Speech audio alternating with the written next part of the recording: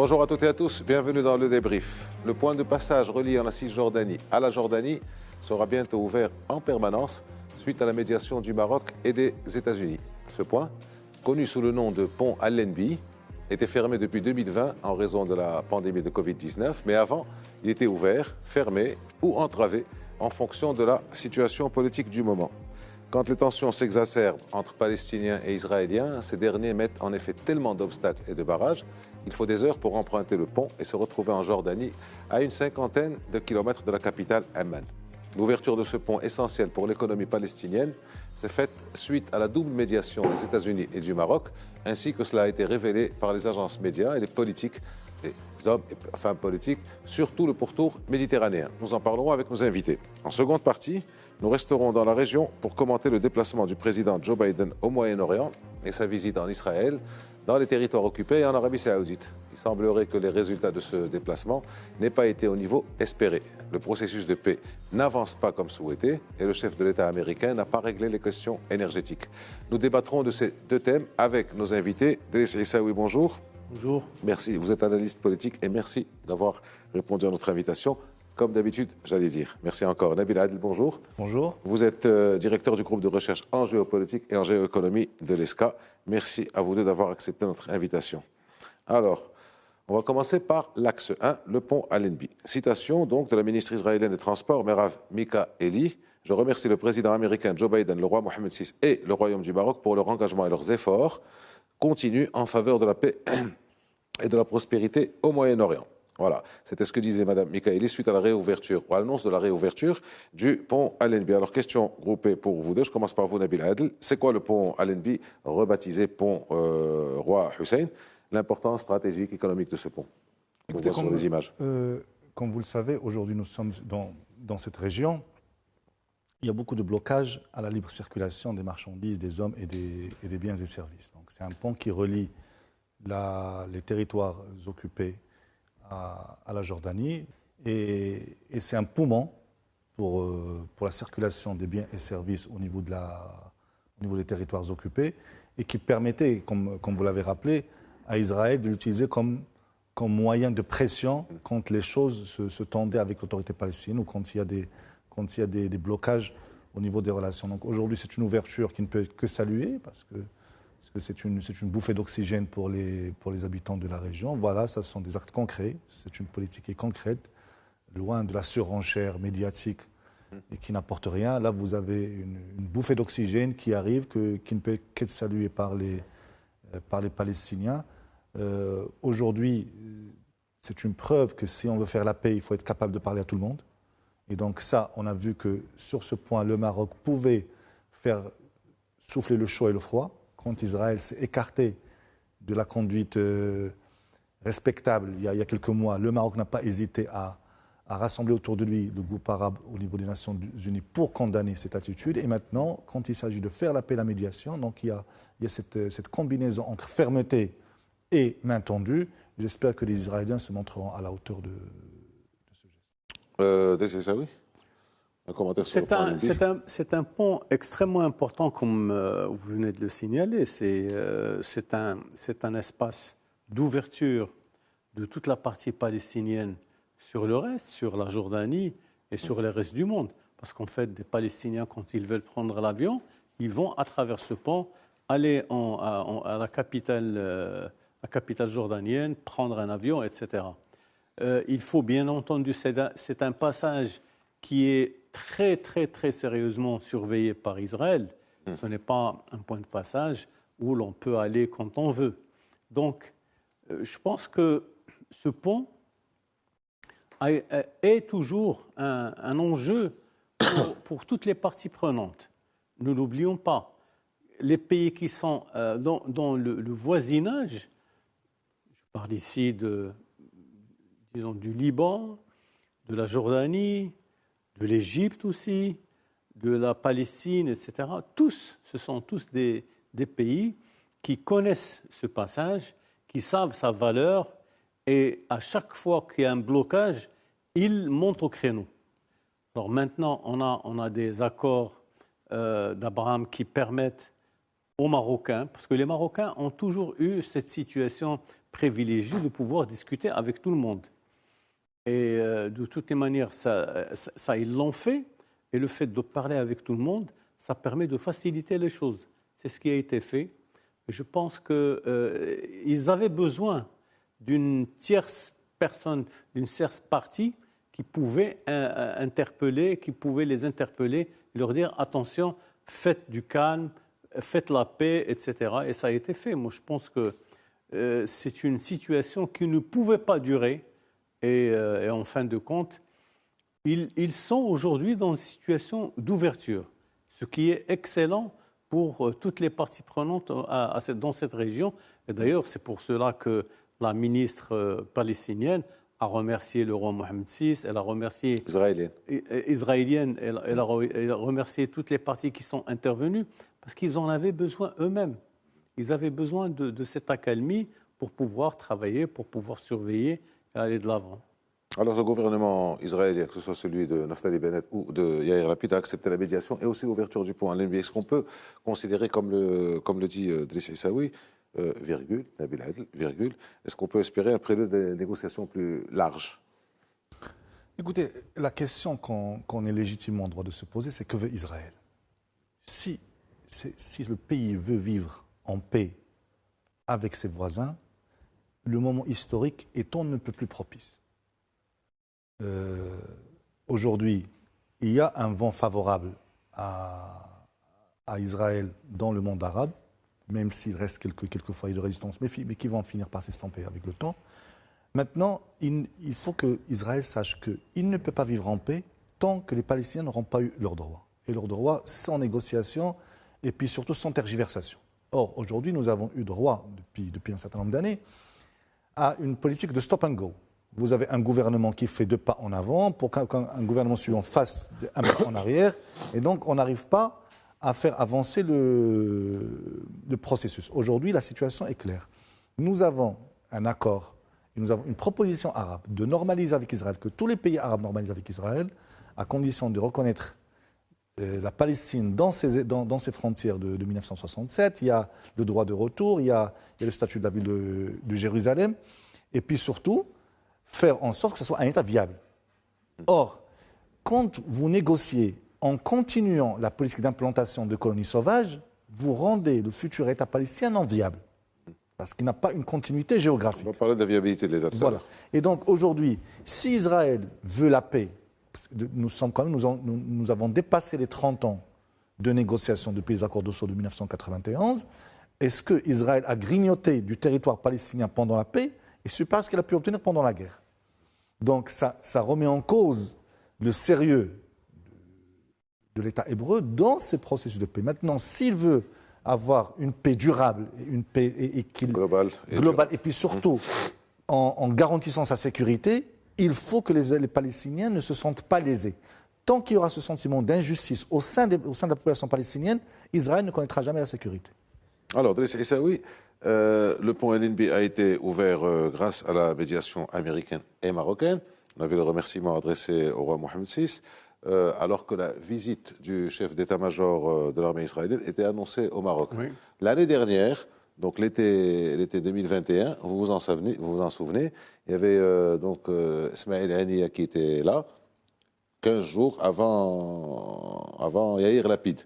Est-ce qu'on peut appliquer cette question de l'art de la diplomatie marocaine, l'art de la diplomatie royale, comme en empruntant l'expression qui va vous faire sourire, le fameux « en même temps », c'est-à-dire faire les deux choses, être avec les Israéliens et avec les Palestiniens?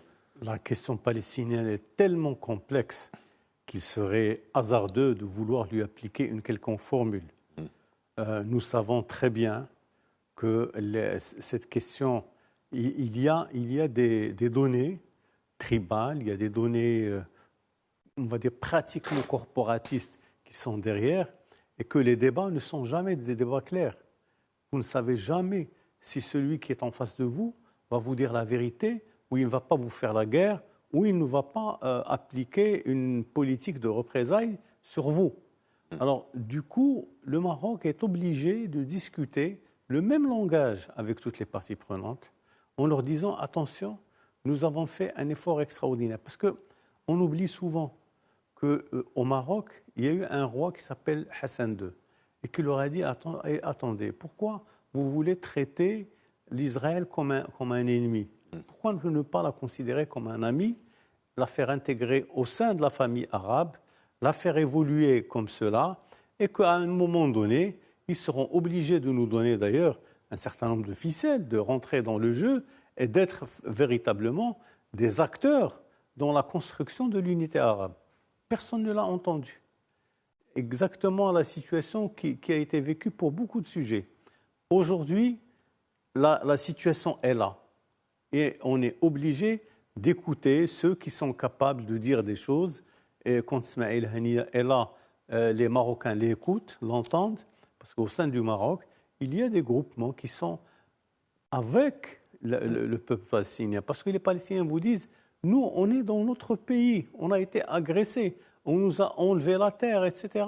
Et qu'est-ce que vous voulez-vous faire à ces gens-là? Ces gens, ils se plaignent d'une injustice qui est criante. Et on ne peut pas leur dire, vous n'avez pas le droit. Tout à fait. Donc finalement, les formules, on va dire, diplomatiques ne sont pas d'usage ici. La seule diplomatie qui compte, c'est le réalisme. Et c'est ce que fait le Maroc avec les parties prenantes, en discutant avec eux, en leur demandant de faire un effort en ce qui concerne les choses sur lesquelles ils ont une autorité. Et c'est comme ça que les choses marchent. Sinon, ça ne marchera jamais. Et ça, on l'a vu. On l'a vu sur beaucoup de sujets, beaucoup de cas. Et le Maroc est là pour leur dire, attention, je suis impliqué, je suis partie prenante, même si physiquement, je ne suis pas dans l'entourage, disons, entre Israël et les Palestiniens. Donc faites attention, parce que vous êtes en train de casser tout ce qu'il y a tout ce qui est possible de construire. Alors, question pour vous, les accords d'Abraham. Je commence par vous, Nabil Adel. Les accords d'Abraham avec certains pays du Moyen-Orient, la reprise des relations avec le Maroc, est-ce que ce ne serait pas une nouvelle politique moyen-orientale qui est en train de se dessiner, où les pays séparés feraient le lit d'une paix générale? Je voudrais juste, si vous en étant plus pragmatique dans le sens de ce que vous dites finalement tous les deux. Alors, si vous permettez juste un petit commentaire sur votre question. Allez-y. Alors, pour cette politique du en même temps, alors, le Maroc commence à être connu pour cette politique, cette diplomatie, on réunit les gens, on les laisse parler, sans qu'on ait un agenda préétabli qu'on essaie d'imposer. On l'a vu dans le cas de la Libye aussi. En cas aussi au niveau de la Palestine. Quand vous avez le chef du Hamas qui vient ici, le mouvement de résistance, et qu'au préalable, Mahmoud Abbas disait au lendemain de la reprise des relations avec Israël, disait que oui, on comprend la position du Maroc et on sait que le Maroc a beaucoup donné à la cause palestinienne. Donc vous avez cette diplomatie qui dit aux gens, venez, parlez, nous on vous facilite les conditions de discussion, on n'a pas d'agenda à vous imposer, on est naturellement de cœur et d'âme avec les Palestiniens parce que c'est un peuple arabe musulman et un peuple, comme vous l'avez dit, un peuple qui a subi une injustice, mais nous sommes aussi réalistes. Hassan II, que Dieu ait son âme, avait dit à tout le monde, s'il vous plaît, négociez avec eux, vous n'avez pas gagné avec la guerre, essayez l'option de la paix. Ça va être là, écoutez, il a pu récupérer le Sinaï. Les autres ne l'ont pas écouté, ils sont en train de payer le prix très cher parce que maintenant, ils veulent juste ce qu'ils auraient pu avoir il y a 40 ans, ils ne l'ont pas maintenant. Donc voilà, nous pouvons faire ça pour vous. Venez discuter ici. Et nous, on n'a pas d'agenda, on est là pour faciliter. Maintenant, pour répondre à votre question, il faut l'inscrire dans un cadre plus global. Il faut savoir qu'aujourd'hui, il y a un changement de doctrine dans l'administration américaine. Alors avant Obama, il y avait un central sur le Moyen-Orient à cause de ces questions de pétrole, jusqu'à la doctrine de Bush et jusqu'à Obama. Alors, avec tout le prix qu'on commence à payer les Américains en soldats, en argent, dans des guerres au Moyen-Orient, pour que la Chine profite de pétrole à prix bas, ils ont dit non, c'est pas pour nous, surtout qu'ils commencent à devenir eux-mêmes producteurs. Donc, on va se retirer de la région, mais pour se recentrer sur l'Asie. Et donc, du coup, au lieu de regarder le monde par le côté ouest, on va le regarder du côté est, on va le regarder du côté ouest des États-Unis. Donc, depuis San Francisco, sur la partie Japon, Chine et ainsi de suite. La fameuse bascule de l'Atlantique au Pacifique. Voilà, dont on parlait. la fameuse bascule. Donc, les États-Unis se sont rendus compte que s'ils faisaient cette grande bascule, sans assurer les arrières au Moyen-Orient, ils allaient libérer le terrain pour la Chine et la Russie. Ce qui a été dit clairement par Joe Biden. Voilà, d'où le retour de l'administration américaine dans la région, pour s'assurer que le Moyen-Orient ne se fera pas sans eux. Et donc, ils continuent toujours à avoir la main haute. Sauf qu'aujourd'hui, la situation a complètement changé.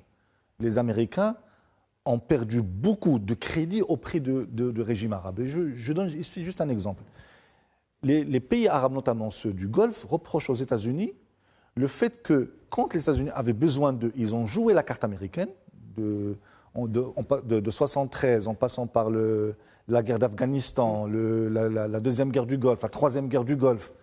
Ils ont toujours joué la carte américaine depuis les accords de Quincy.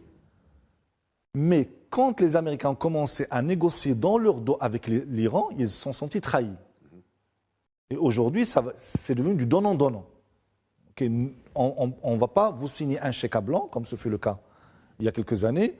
Vous, on vous a déroulé le tapis rouge, et puis après, vous êtes parti négocier avec l'Iran, qui est aujourd'hui considéré comme le nouvel ennemi. Donc, le changement de doctrine de Biden voudrait que le déplacement du curseur au niveau des pays arabes, l'ennemi ne sera plus Israël, mais l'Iran. Et autour de ça, il y aura une coalition de pays arabes qui ne va plus voir... C'est-à-dire, ce que vous voulez dire, pour clarifier votre propos, c'est que les États-Unis vont essayer d'intervenir ou d'influer sur les pays arabes pour qu'ils changent un peu leur tir du côté d'Israël vers l'Iran. Tout à fait. L'ennemi est l'Iran. Et l'Iran. Ça a déjà commencé. Maintenant, les pays arabes demandent une clarification de la position de l'administration américaine. Vous ne pouvez pas nous demander de nous allier à Israël et de faire en sorte que l'Iran soit le nouvel ennemi pendant que vous négociez avec l'Iran derrière notre dos. Et c'est ce qui fragilise la position américaine dans la région. Et aujourd'hui, quand on voit la position très inconfortable de Biden dans ce dossier, c'est qu'il veut tenir les deux éléments en même temps, sauf que maintenant les pays arabes ne sont plus dupes. C'est une nouvelle génération de dirigeants arabes qui est aux commandes et qui veut être traité avec du respect et non pas quand il s'agit de servir nos intérêts, vous êtes là, mais en même temps on peut aller discuter. Donc finalement, c'est cette nouvelle configuration géostratégique qui se dessine dans le monde qui est en train de changer un peu les choses au Moyen-Orient, sachant qu'au début de son mandat, il était connu que Joe Biden, qui avait été la cheville ouvrière du fameux accord avec l'Iran en 2015, avait dit, notre objectif maintenant, c'est de reprendre ce qui s'est passé avec l'Iran et d'aller ailleurs. Donc finalement, au bout de 2 ans, ou peut-être avant les élections, on revient un peu sur la scène moyen-orientale. Vous pensez pourquoi de ce qu'a dit Nabil Adel? Non, mais il a raison de dire ça, parce qu'en fait, qu'est-ce qu'il y a? On a un Biden qui vient dans la région, pas nécessairement pour parler avec Israël. Son but, c'était le pétrole, c'était pour négocier avec l'Arabie saoudite sur comment on peut mobiliser le pétrole, le gaz de la région pour les besoins des États-Unis. Mais surtout, je pense, il y avait un autre sujet qui avait fait, fait éclater le process, c'est que les Américains leur ont dit pourquoi pas ne pas utiliser le gaz de schiste. Mais ça, c'est un sujet que personne ne voudra traiter, parce que d'abord, aux États-Unis, on ne le fait pas. Ailleurs dans le monde, il y a des risques de pollution qui sont extrêmement graves. C'est parce qu'ils sont en train de faire actuellement, Driss Essaoui. Oui, mais ils ne peuvent pas l'imposer aux Saoudiens. Autre chose, tout ce qui se fait sur ce sujet, ils se sont rendus compte que finalement, la Russie est présente. La Chine est présente. Parce que les pays qui sont dans l'OPEP, ils ont avec eux la Russie, la Chine et d'autres pays producteurs, même les nouveaux pays producteurs.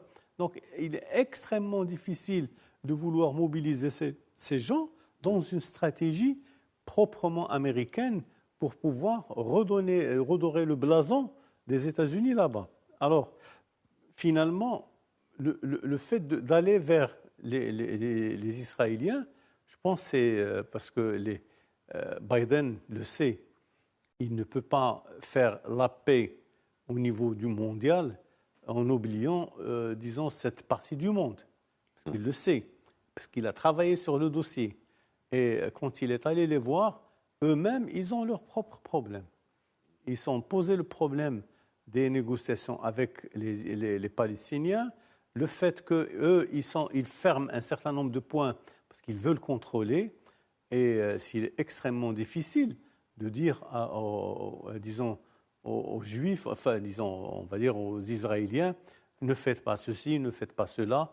Non, c'est des gens qui sont capables de faire ce qu'ils veulent, de dire ce qu'ils veulent dire, sans qu'ils soient jugés ni guidés par n'importe qui. Et c'est pour cela qu'un discours comme le discours du Maroc est un discours qui est accepté, auquel tous les pays sont très attentifs, et il arrive à faire passer un certain nombre de suppositions telles que celles qui ont été acceptées. Et finalement, je pense que les Palestiniens comprennent aisément que l'attitude du Maroc est une attitude qui est bonne. Qui est dans leur intérêt aussi. Absolument, qui est dans leur intérêt à moyen et long terme. Et ils le savent. Ils savent que les Marocains ne sont pas démagogues. Ils ne viendront pas leur dire « Ah, on va tuer les Israéliens ». Jamais de la vie. Et les Marocains l'ont assez bien prouvé, d'autant plus que les accords qu'ils ont développés avec Israël, disons, font éloigner totalement cette situation. Alors, rapidement, Nabil Adel, vous en parlez tout à l'heure d'une manière pas très détaillée. Maintenant, il nous reste 2 minutes. Je vais vous demander de détailler ça en 2 minutes. Vous parlez de changement qu'il y a eu à la tête des pays arabes de la région, c'est-à-dire l'arrivée de Mohammed Ben Salman, qui est le prince héritier et qui a le pouvoir qu'on lui sait, l'arrivée de Mohammed Ben Zayed aux Émirats arabes unis il y a quelques semaines.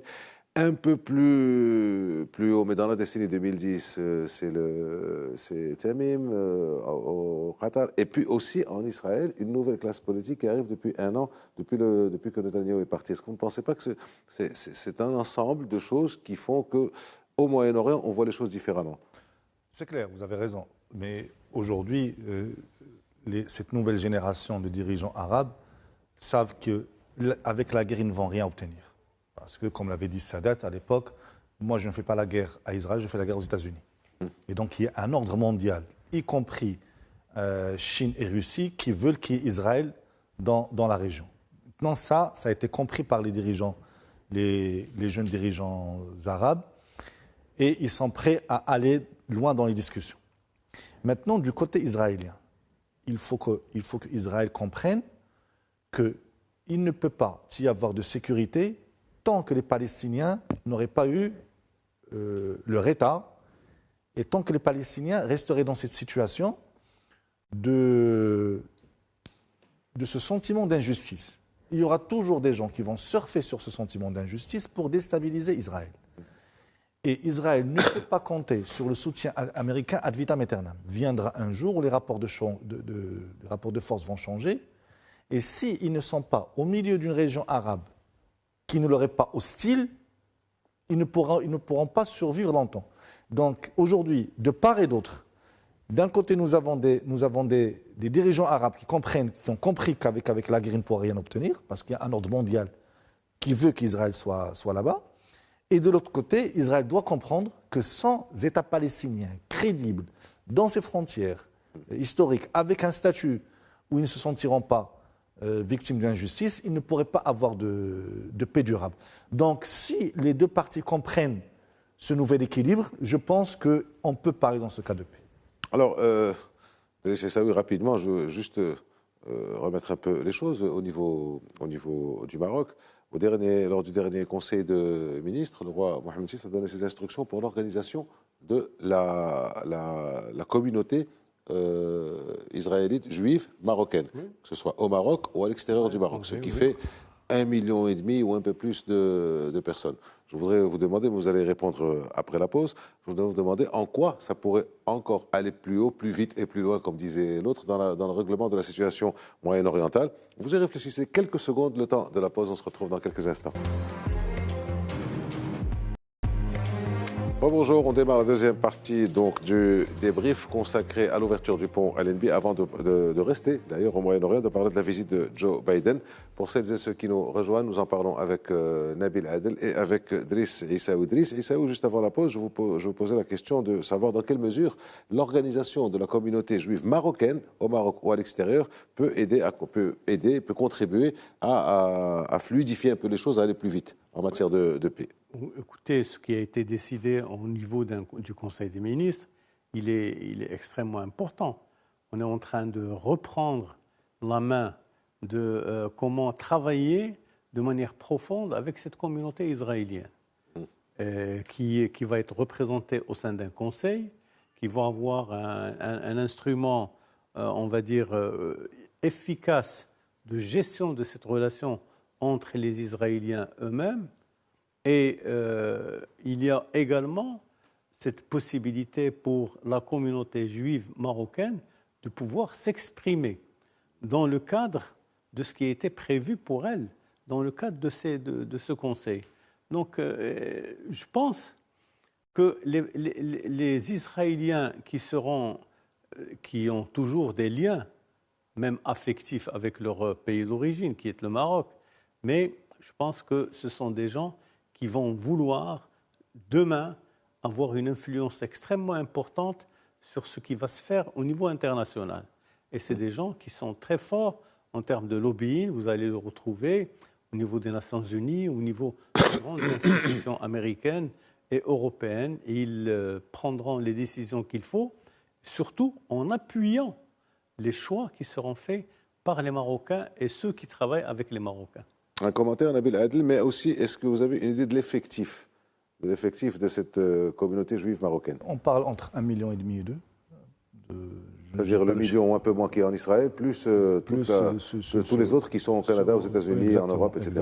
Exactement. Alors, moi, je voudrais juste parler du poids que peut représenter cette communauté pour le Maroc. Bien sûr, elle peut accélérer les discussions de paix entre Israéliens et Palestiniens, mais d'abord pour le Maroc. Aujourd'hui, le Maroc est un tournant décisif de son histoire. C'est un pays qui est en train de décoller économiquement et qui a besoin de tous les investissements qu'il peut avoir, notamment dans les régions du sud du Maroc, Ad-Dakhla et l'Ayoun. Et je pense que la communauté juive marocaine pourrait jouer un rôle important à ce niveau-là. D'abord, en essayant de convaincre les investisseurs internationaux de l'attrait du Maroc en tant que destination d'investissement forte, et puis surtout de contribuer à cette dynamique que connaît le Maroc en matière économique et en matière de rayonnement diplomatique. Ça fait partie du soft power que peut utiliser le Maroc dans beaucoup de dossiers. Leur place est forte au sein de la communauté nationale, mais encore une fois, d'un point de vue purement économique, ils peuvent jouer un rôle d'abord en matière d'investissement étranger, en matière d'explication de la position du Maroc sur le dossier du Sahara, en matière de critique des positions infondées de l'autre partie, de l'agression continue que subit le Maroc parce qu'il défend son intégrité territoriale. Ou parce qu'il a une relation privilégiée avec Israël. Exactement, oui. Exactement. Parfois, ça a même des rôles antisémites. Donc, tous ces éléments peuvent jouer en la faveur du Maroc. Il faut effectivement qu'il se mobilise. Et c'est une noble cause pour tout le monde.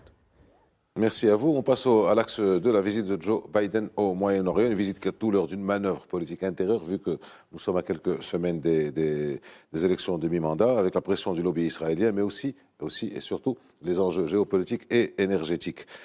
Mais une visite finalement qui n'aurait peut-être pas vraiment donné les résultats escomptés. C'est quoi votre conclusion sur cette visite? Donc, Israël, territoire occupé et Arabie Saoudite avec le CCG. On ne peut pas avoir de conclusion sur ça parce que c'est une tentative. Non, on dit que ce n'était pas vraiment fabuleux comme résultat.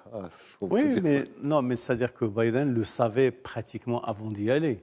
Il savait qu'il n'allait pas avoir un aval total pour sa politique, ni sa position, ni sa posture par rapport au pétrole et au gaz de la région. Je l'ai dit tout à l'heure. Vous avez la Russie, vous avez la Chine, même l'Iran, quelque part. Ils sont pas très, très loin de cette situation. Donc finalement, Biden n'a pas obtenu exactement ce qu'il recherchait à travers les MBS, MBZ, etc. Donc toutes les personnalités importantes, fortes pour demain, ne peuvent pas faire quelque chose pour lui parce qu'eux-mêmes, ils sont obligés de jouer à l'équilibrisme. Parce que c'est des équilibres instables au niveau de la région. On ne peut pas prendre la partie de telle ou telle partie tout en sachant que vous êtes déjà en danger quand vous le faites. Et finalement, je pense qu'ils seront obligés de revoir leur copie, surtout les Américains, et que finalement, le fait de ne pas avoir réussi cette donne ne dit pas exactement que les États-Unis ont terminé leur affaire. Il y a certainement, ils vont revenir sur l'ouvrage, très certainement, très prochainement, et ils prendront des initiatives qui trouveront des échos favorables. Vous êtes d'accord, Nabil Adel, avec la manière de laisser Saoud de voir les partiellement. Non, moi, je pense que ce n'était pas une visite complètement ratée. D'abord, il a annoncé avant son arrivée que pour lui, c'est d'abord la sécurité d'Israël. Il était là pour un plus large... Oui, mais ça, c'est la marotte habituelle. Tous les présidents américains disent ça. Mais justement, il a réussi. Sur ce côté-là, il a réussi. Aujourd'hui, vous avez de plus en plus de capitales arabes qui, du moins, soit ils sont dans un processus de normalisation avancé, et on parle de l'Arabie Saoudite qui a ouvert son espace aérien pour la première fois. Les Émirats, c'est bon, ils ont normalisé. Les Émirats, Bahreïn, Soudan, etc. Voilà. Moi, je parle de l'Arabie Saoudite et de la symbolique. Elle a ouvert son espace aérien à l'aviation israélienne. Et donc, aujourd'hui, ça... Sans citer Israël. En tout cas... Sans citer Israël. L'ouverture à toutes les compagnies aériennes. Exactement. On prendra qui pourra, qui voudra. Très bien. On comprendra ce qu'on comprendra. mais c'est un point qui est important. Parce qu'aujourd'hui, vous avez soit des pays qui sont en processus de normalisation avancée, on a même parlé de la Tunisie récemment, soit des pays, même s'ils adoptent une attitude farouche, mais en off, ils disent autre chose. On a vu le président algérien Abdel Tebboune disait à Blinken, nous n'avons pas de problème avec Israël. Et ça avait fuité. Nous, s'il y a la solution des deux États, on est bon. C'est les Américains qui ont fait fuiter le... Voilà, donc pour dire qu'aujourd'hui... C'était assez unique dans les annales, d'ailleurs, diplomatiques. Donc, il y a un changement. Et à ce niveau-là, je pense que c'est une réussite. Alors, il a pu avoir une augmentation de la production, ou du moins une promesse de la part de l'Arabie Saoudite. Mais puis surtout, ce qui est intéressant à observer quand on est dans ce genre de schéma, c'est toujours la réaction du camp d'en face. Alors quand vous avez presque concomitamment une réunion qui a regroupé M. Poutine, M. Erdogan, M. Haqqani, je pense, de l'Iran et je pense de la Chine, si je ne me trompe pas, ça veut dire qu'il y a un camp en face qui s'est senti menacé par cette visite. On ne peut pas dire que c'est un franc succès, mais il n'est pas retourné les mains vides. Okay, donc il est allé, je pense qu'il a dû faire quelques concessions, notamment sur l'affaire de Khashoggi, notamment sur l'affaire des... on en reparlera, mais il n'a pas été reçu par le prince héritier, encore moins par le roi, donc il a dû avaler ça. Il avalait pas mal de choses. mais pour autant, parler de sécurité alimentaire de la part du président américain Joe Biden, parler de sécurité alimentaire au Moyen-Orient et en Afrique du Nord, je le cite, pour ne pas laisser un vide que viendraient remplir la Russie et la Chine, c'est pas un peu maladroit? Non, au contraire. Très américain, les pieds dans le plat. Au contraire. Sécurité alimentaire au Moyen-Orient, enfin, c'est un peu limite, quand même. Vous savez, les Américains ont la théorie... Même en Afrique du Nord, d'ailleurs. Ouais, les Américains ont la théorie du dérapage contrôlé. C'est-à-dire, on fait une déclaration, et puis, voilà, on envoie le message, et puis quelqu'un passera pour atténuer.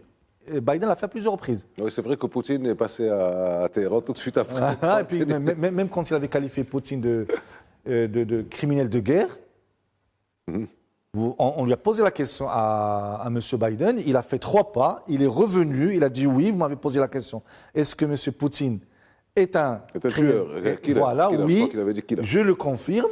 Et puis après, Blinken est passé pour dire non, c'est pas le contexte. Mais ça, c'est ce qu'on appelle le dérapage contrôlé. Donc on dit quelque chose, on envoie le message. Tant que le message passe, après on passera pour dire non, c'est pas ce qu'il voulait dire. Alors aujourd'hui, quand on parle de sécurité alimentaire, la sécurité alimentaire du monde entier est menacée. Et d'ailleurs, si le président Macky Sall est parti voir Poutine pour lui dire, écoutez, l'Afrique n'a rien à voir dans ce conflit entre vous, s'il vous plaît, nous serons les premiers à souffrir de ce conflit. Et soit dit en passant, il a dit qu'il était venu par le nom de 54 États africains, excluant d'office la République fantoche. Donc, c'est pour dire que non, le sujet de sécurité alimentaire est un sujet qui est sérieux et qui a été posé. Maintenant, effectivement, les États-Unis savent qu'en laissant la région du Moyen-Orient à la Russie et à la Chine, c'est le début ou bien l'accélération du déclin américain. C'est la région où toutes les affaires du monde se gèrent. L'Union soviétique s'est effondrée parce qu'elle n'avait pas accès aux mers chaudes et notamment à la Méditerranée, ce qui lui a causé beaucoup de troubles par la suite. Maintenant, la Russie a massacré la moitié du peuple syrien pour se maintenir en Syrie, pour garder la base militaire à Tartos. Okay. Et la Chine veut arriver en force au Moyen-Orient. Alors que Joe Biden quittait la zone moyen-orientale, Vladimir Poutine était à Téhéran en discutant pas mal d'accords énergétiques, en étant avec le président turc Erdogan, en disant qu'ils allaient finalement libérer quelques dizaines de millions de tonnes de céréales d'Ukraine, enfin de la zone de combat. Donc finalement, le russe est beaucoup plus pratique, pragmatique. Il n'a pas la taille nécessaire. C'est ça le problème. Aujourd'hui, Oui. la Russie est un pays dont les ambitions dépassent les moyens réels, les moyens d'influence réels. Okay. Vous savez qu'aujourd'hui, en matière de relations internationales, tant que vous n'avez pas un réseau d'alliés, vous êtes faible, même quand vous vous appelez les États-Unis. Et les États-Unis n'arrivent à dominer le monde de cette manière que parce qu'ils ont l'art de tisser des alliances partout et de fédérer sur des projets communs, des projets tels que la démocratie, les droits de l'homme, l'économie de marché, le bien-être et ainsi de suite. C'est un récit que le camp d'en face n'a pas réussi à développer, ni la Chine ni la Russie. Aujourd'hui, si je vous dis est-ce que vous préférez vivre à l'américaine ou à la russe, vous ne savez même pas ce que veut dire le mode de vie russe. Alors que les Américains ont bien brindé et marchandé leur mode de vie. Et ça, c'est un discours qui plaît. Aujourd'hui, quand on voit les plus farouches adversaires de la Russie, sont soit les anciennes républiques soviétiques, soit les anciens pays de l'Europe de l'Est. Ceux qui étaient censés rester dans le giron de la Russie. Mais parce que... Il y a un retour quand même africain assez marqué. Il y a un retour africain assez marqué dans le giron russe. Non, pas du tout. Donnez-moi un pays qui a basculé dans le giron russe, sauf quand il ne s'agit pas d'envoyer le Wagner. Mais en soft power, pas du tout. Ah, pas du tout. Soft power, oui. Ouais, mais c'est ça. Donc, soit on envoie une armée ou une milice, mais la Russie n'a pas d'implantation en Afrique. Autant la Chine a une implantation, mais plus économique à travers des projets d'infrastructure et des projets de dette, mais à travers un déploiement massif, non, je ne pense pas. Alors, on va revenir aux Américains, à Joe Biden. Une forme d'humiliation quand même. Il a mangé son chapeau en rencontrant, même avec le petit geste avec Mohammed Ben Salman, il avait pourtant juré de ne pas rencontrer pour l'affaire Khashoggi dont parlait Nabil Adel tout à l'heure. Comment vous avez trouvé ça? C'est-à-dire, on va dire, ça fait moins de 2 ans qu'il disait jamais je le rencontre, j'ouvre le procès, etc. Maintenant, toute la presse internationale rappelle ça. Rappelle que c'est le même monsieur qui a tué, qui a dépecé le Khashoggi dans son consulat. Aujourd'hui, il s'en sort pratiquement vainqueur. Parce qu'en fin de compte, le Biden était obligé de négocier avec lui, de discuter avec lui. Parce que c'est le prochain chef d'État. En plus, il est jeune. Et il a un pouvoir extraordinaire. Et il est obligé de lui parler et de tenir compte de ce qu'il lui dit. Donc finalement, Biden, je ne pense pas qu'il ait fait une comptabilité arithmétique par rapport à cela. Il a dit, oui, Khashoggi était quelqu'un d'important, c'est une question de principe, c'était des tueurs et des malfaiteurs, mais nous sommes obligés parce que c'est le business, c'est la politique est ainsi faite. Donc ces gens, on va essayer de travailler avec eux. Si on arrive à tirer des choses intelligentes et intéressantes pour les pays, pour l'Amérique, pour le reste. Donc finalement, je ne pense pas qu'il ait fait de compte très particulier par rapport à ce qu'il a gagné ou ce qu'il a perdu. Et pour vous, Nabil Adel, il est arrivé à quel résultat d'un point de vue énergétique? Parce qu'encore une fois, je parlais du Russe qui était à Téhéran et Gazprom a signé des accords, a passé des accords avec la compagnie nationale iranienne de compagnie pétrolière nationale sur le renforcement des infrastructures, sur l'exploitation de nouveaux gisements. Donc là, c'est du concret. Est-ce que Joe Biden a retiré quelque chose de son passage? Je pense qu'il a retiré la promesse d'augmentation de la production de la part de l'Arabie Saoudite. Et je pense Ça reste une promesse. Ça reste une promesse, exactement. Ça reste une promesse. Voilà, Parce que les promesses n'engagent que ceux qui y croient. Voilà, quand il prend la calculette, Mohamed Ben Salman, il va voir que... Mais je pense, alors aujourd'hui, je pense que sur le volet moral, je pense que cette administration, plus généralement les États-Unis, n'ont pas beaucoup de leçons à donner. C'est quand on a parlé de Khashoggi, on leur a sorti Abu Ghraib et Guantanamo. Okay, donc ne venez pas nous donner des leçons sur cette affaire de Khashoggi. Et vous avez fait les pires à Guantanamo et à Abu Ghraib et dans d'autres parties du monde. Donc, sur ce compte-là, personne n'a le droit d'être professoral sur l'autre. Maintenant, en matière énergétique, on sait qu'aujourd'hui, la Russie peut à tout moment passer à l'acte. Et c'est quoi cet acte? C'est couper l'approvisionnement de l'Europe. S'ils coupent l'approvisionnement... C'est ce qu'ils sont en train de faire voilà, assez vite. Alors, en fait, qu'est-ce qui se passe? L'Europe essaie d'accélérer son indépendance énergétique et la Russie essaie d'accélérer son redéploiement. Alors, on va voir qui c'est qui va devancer l'autre. Mais si jamais la Russie arrive à devancer, c'est un hiver très, très froid que risque d'affronter l'Europe. Mais il n'y a pas que ça. Vous allez avoir des usines qui vont s'arrêter, des centaines de milliers de travailleurs qui vont être licenciés. Ça va être très chaotique. Maintenant, l'Europe est prête à payer ce prix parce qu'il ne voudrait pas que M. Poutine change les frontières de l'Europe de force. Depuis la Deuxième Guerre mondiale, il y a un consensus entre les grandes puissances de ne pas changer les frontières de l'Europe de force. Maintenant, M. Poutine a franchi la ligne rouge et l'Europe est prête à payer le prix plusieurs hivers comme ça, mais ne pas avoir un jour à se réveiller avec les troupes de M. Poutine en Pologne ou en Serbie, ou peut-être pas... Excusez-moi pour ce que vous venez de dire, et je vous pose la question à tous les deux. L'Europe est prête à payer le prix pour que Vladimir Poutine ne change pas les frontières de l'Europe par la force, on est d'accord. Mais quand vous parlez de l'Europe, voilà, vous parlez de l'Europe des États et des gouvernements ou de l'Europe des populations et des sociétés? Est-ce que les sociétés sont prêtes à payer le prix? Les sociétés ne sont pas prêtes à être occupées par l'armée russe. Et on n'est pas d'accord. Les sociétés ne sont pas prêtes. Par des sociétés mujtama. Oui. Non, mais c'est-à-dire que maintenant, l'opinion publique, quand vous prenez des individus dans la rue, en France, en Allemagne, etc., leur point de vue n'est pas celui-là. Là, on est en train d'analyser la géostratégie de manière générale. C'est pour ça que je posais la question. Les États. Bien sûr, ils essaient de faire ce qu'ils peuvent faire, sincèrement, ce qui est faisable. Alors, ce qui est faisable, c'est éventuellement, d'abord, d'éviter que cette crise puisse s'installer définitivement dans le quotidien des Européens, dans leur panier de tous les jours, que ces gens puissent être amenés à gérer de la rareté au niveau de leur pays. Ces pays ne sont pas habitués à faire ça. Donc, moi, je pense que les Américains, les Européens ne sont pas bien dotés. Ils ne sont pas bien dotés pour jouer ce rôle parce que les opinions publiques en interne ne sont pas d'accord avec eux. Parce que si vous lisez la presse dans ces pays, si vous lisez les réseaux sociaux, vous allez comprendre que beaucoup de gens ne sont pas d'accord avec les Européens et les Américains. C'est pas notre guerre. Absolument, parce qu'en fait, les conclusions ne sont pas bonnes. C'est ça le problème. Et ils n'accepteront jamais que des générations vont être sacrifiées pour ça. C'est ça le problème. Juste un dernier point. Historiquement parlant, les observateurs s'accordent à dire qu'on aurait dû arrêter Hitler en 1938, lors des accords de Munich.